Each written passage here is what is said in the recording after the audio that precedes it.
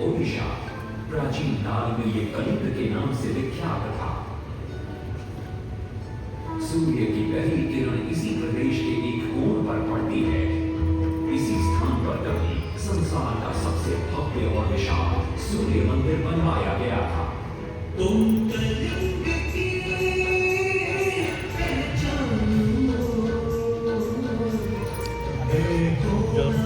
প্রথম কিরণ এই মন্দিরটাই পড়ে।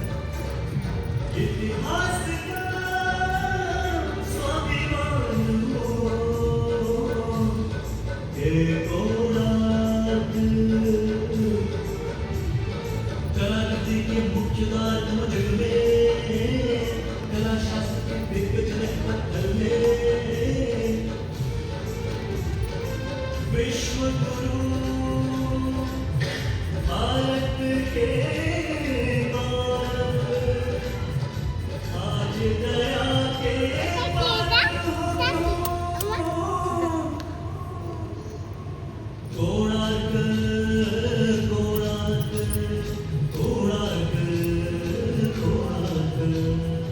सैकड़ों साल पहले की बात है। पुरातात्विक दस्तावेज के तौर पर संग्रहित पुस्तक मागधा पांची और वाया चक्रा में उल्लेख है कि 13वीं सदी में गंग वंश के राजा लांगोला नरसिंहदेव ने इस सूर्य मंदिर का निर्माण करवाया था।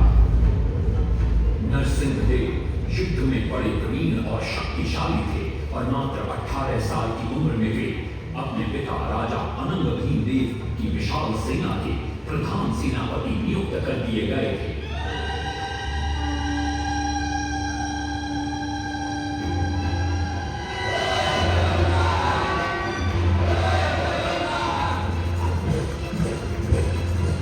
सेनापति बनने के बाद नरसिंहदेव ने अपने कुशल नेतृत्व से दक्षिण के कई आक्रमणकारी राजाओं को युद्ध में पराजित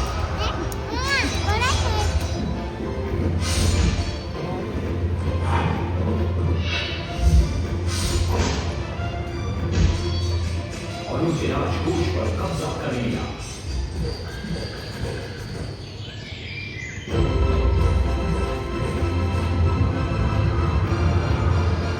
तत्पश्चात उन्होंने विजय ढूंढा, जिसे आज हम वारंगल के नाम से जानते हैं।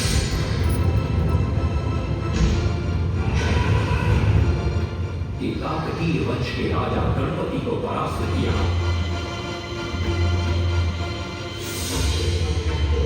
और उनके राजकोष पर भी कब्जा कर लिया। 3 वर्षों तक निरंतर युद्ध के पश्चात जब वे बहुत सारी धन संपदा लेकर गरीब लौटे तो राजमहल में उनका भव्य स्वागत हुआ।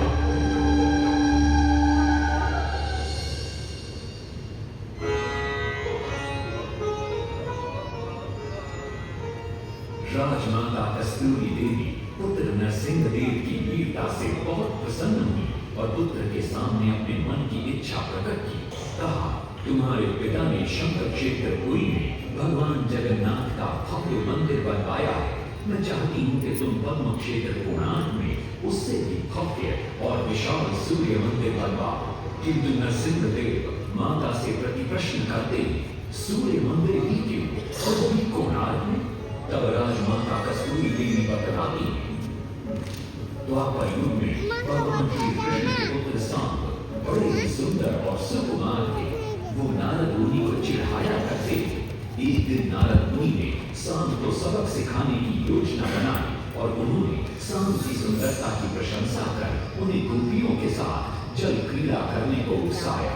वहीं दूसरी तरफ भगवान श्री कृष्ण को जाकर कह दिया कि सांब अपनी मां समान गोपियों के साथ जल क्रीड़ा कर रहा है। श्री कृष्ण इस बात से बहुत क्रोधित हो जाते हैं और वे सांब को श्राप दे देते हैं, जिस सुंदरता का तुम्हें अभिमान है वो तत्क्षण नष्ट हो जा। सांब को घोर हो जाता है। जब सांब राजमहल लौटते हैं और मां जामदेवी को ये पता चलता है कि पिता श्री कृष्ण के श्राप की वजह से सांब की ये अवस्था हुई तो सारी रानियां क्रोधित हो जाती। नारद जी को बुलाया जाता है। वे रोग मुक्ति का उपाय बतलाते हैं। वे कहते हैं, सूर्य की पहली किरण ऊपर देश के एक कोण पर पड़ती है। जिसका नाम कहानी। कोणार्क है। शाम को जो वहीं जाकर मंदिर कहानी। सूर्य की आराधना करनी होगी।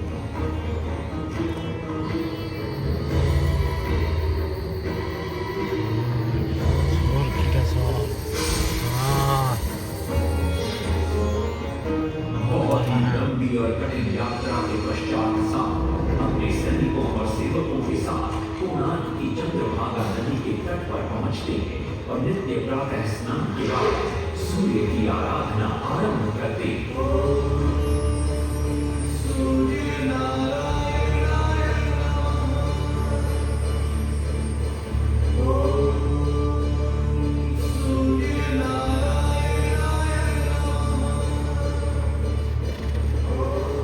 अन्न जल त्याग कर 12 साल की कठिन तपस्या के बाद सूर्य देव प्रसन्न होकर प्रकट होते और शाम को रोग मुक्त होने का वरदान देते।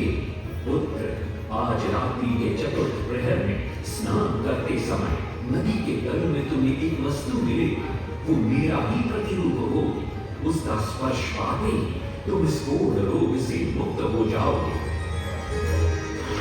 स्नान के पश्चात शाम जब नदी से बाहर आते तो वो रोग मुक्त हो चुके होते। उनके हाथ में एक छोटा सा पत्थर, उनके सुंदर और सुकुमार शरीर को देखकर सारे अनुचर और सिपाही प्रसन्न होते। शाम उस पत्थर को वहीं स्थापित कर एक छोटा सा मंदिर बनवाते। लेकिन जब उन्हें ज्ञात होता है कि सूर्य पूजा का विधि विधान यहाँ किसी को पता नहीं है तो वे चिंतित हो जाते।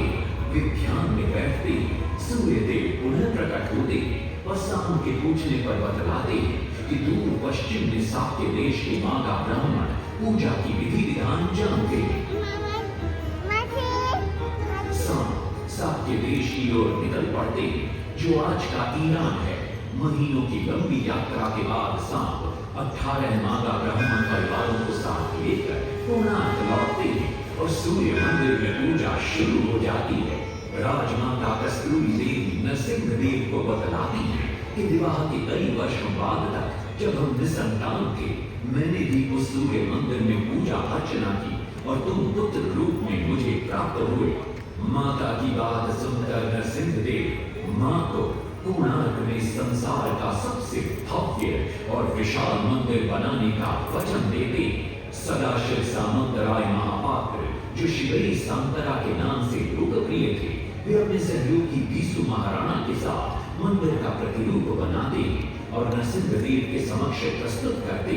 नरसिंह देव मंदिर का प्रतिरूप देखकर अभिभूत हो जाते और शीघ्र मंदिर निर्माण कार्य आरंभ करने का आदेश देते। दूर से बड़े-बड़े पत्थर लाए गए, जितने पत्थर डाले गए सारे टूट गए। पाटली को डाला, उसमें डाले गए, नहीं पता डाला, सारे टूट गए। सिर्फ इंसान के नाम हुए परेशान, किसी विधि मंदिर बने। सिर्फ इंसान के नाम हुए परेशान, किसी विधि मंदिर बने। एक दिन वे चिंतामग्न कोणार्क लौट रहे थे, तभी उन्हें प्यास महसूस हुई। उन्हें पास ही में एक कुटिया दिखाई पड़ती है जहाँ एक बूढ़ी औरत से उनकी भेंट होती है। शिवई सांतरा पानी मांगते हैं। बूढ़ी औरत पानी के साथ गरम गरम भोजन भी लेकर आती है। वे थाली के बीच में हाथ डालते हैं जिससे उनका हाथ जल जाता है। तब वो बूढ़ी औरत मुस्कुराकर कहती है, तुम तो शिवई सांतरा की तरह बीच से भोजन उठाकर खा रहे हो। ये सुनकर शिवई सांतरा को अपनी भूल का एहसास होता है। माता रामचंद्री ने उपाय सुझाया, समझे सिर्फ इंसान। ওই যে মন্দিরটা এই যে দর্শন করতে গেছিলাম না, মাতা রানী চণ্ডী, এই যে এটা বোঝা तत्पश्चात वो किनारे से पत्थर डलवाना शुरू करते हैं और मंदिर निर्माण का कार्य तेजी से आगे बढ़ने लगता है। 1200 शिल्पियों ने 12 वर्ष मंदिर बनाया। घोड़े साथ सजा कर व्यक्ति ने समय को चल के बनाया।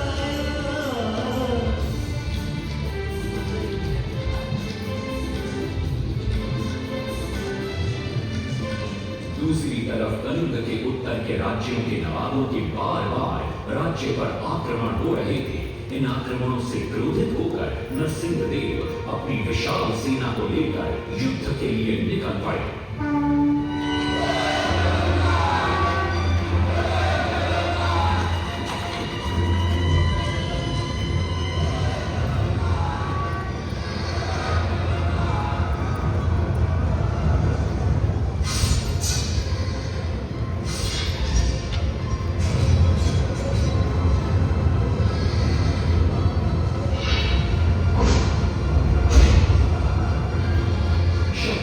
गौरवंग के नवाबों को भी युद्ध में परास्त कर दिया और उनसे प्राप्त सारा धन अपने कब्जे में लेकर सूर्य मंदिर के निर्माण कार्य में लगा दिया।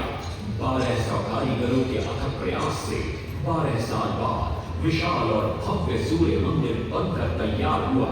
उस समय के लोगों में वास्तु शास्त्र, ज्योतिष शास्त्र और खगोल शास्त्र का जो ज्ञान था, उसे देखकर आज के बड़े बड़े वैज्ञानिक भी आश्चर्यचकित रह जाते हैं। कई प्रयासों के बाद भी मंदिर के गुंबद पर कलश स्थापित नहीं हो पा रहा था। क्रोधित नरसिंहदेव ने आदेश दिया कि कल प्रातः काल तक यदि कलश स्थापित नहीं हुआ तो सबके सब धड़ से अलग कर दिए जाएंगे। सभी शिल्पकार घोर चिंता में डूब जाते हैं।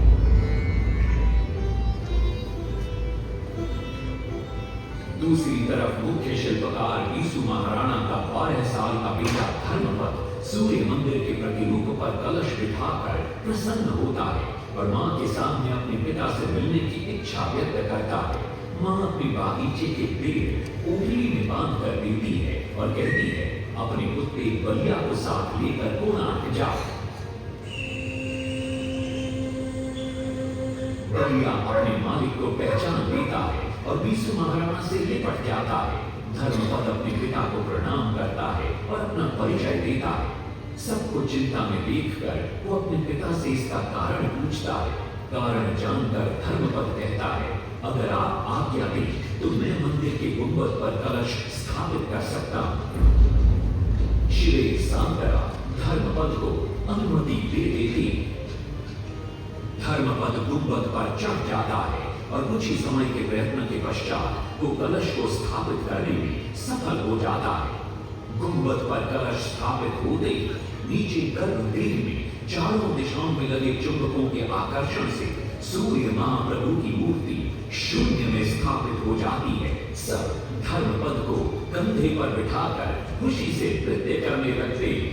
तभी कुछ कारीगर इसका विरोध करते हुए कहते हैं, अगर सुबह राजा को ये पता लग गया कि इस बच्चे ने कलश को स्थापित किया है तो किसी का बचना संभव नहीं है, इसलिए धर्मपद को मरना होगा।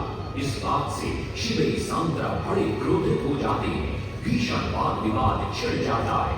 ये सब देखकर धर्मपद गहरी चिंता में पड़ जाता है और वो सोचता है कि यदि मेरे जीवित रहने से इन सब का सर काट दिया जाएगा तो इससे अच्छा है कि मैं आत्म बलिदान कर दूं ताकि सबके प्राण बच जाएं।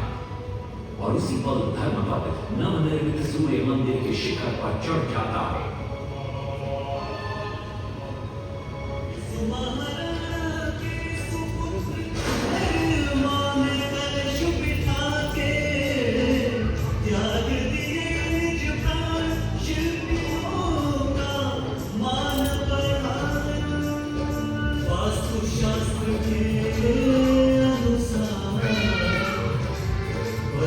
सूर्य मंदिर सूर्य उत्तरायण हो या दक्षिणायण हो 14 मिनट हो गए। सूर्य उदेगी आज भी पहले की पड़ती प्रभु के ऊपर।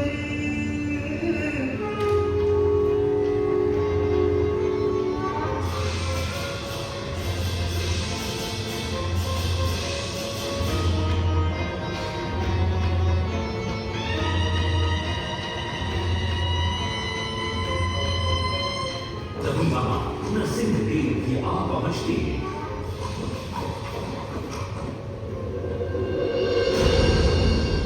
और सूर्य महाप्रभु को शून्य में स्थापित देख वे भी आनंद से भर जाते और श्री सांतरा की पूरी पूरी प्रशंसा करते। वो ये भी घोषणा करते कि माघ शुक्ल पक्ष की सप्तमी को मंदिर की प्राण प्रतिष्ठा की जाए। लेकिन श्री सांतरा कहते, राजन तिथि तो अच्छी है, लेकिन मंदिर की प्राण प्रतिष्ठा के लिए ये शुभ नहीं है। किंतु राजा अपनी बात पर अड़ जाते। श्री सांतरा को दुख होता है और कोई वाद विवाद किए बिना वे हमेशा के लिए वहां से चले जाते।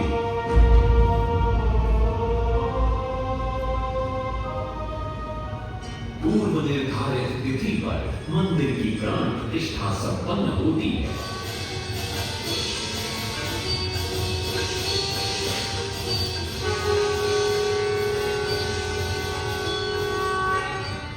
लेकिन कुछ दिनों बाद अमंगल होना शुरू हो जाता है। सबसे पहले विराट सिंह की मूर्ति नीचे आ गिरती है। तत्पश्चात मंदिर की शिलाओं का गिरना भी शुरू हो जाता है। नरसिंहदेव को अब समझ में आता है कि श्री सांतरा का कहना सही था, लेकिन देर हो चुकी थी। बहुत साल बाद मंदिर के आसपास जंगल उगाए और ये मंदिर घने जंगलों के बीच छुप गया। जब अंग्रेजों ने जंगल के बीच इस मंदिर को देखा तो उन्होंने इसका पुनरुद्धार किया। आज आप उसी विशाल मंदिर के भग्नावशेष देख रहे हैं। ये है इस प्रसिद्ध मंदिर की कथा।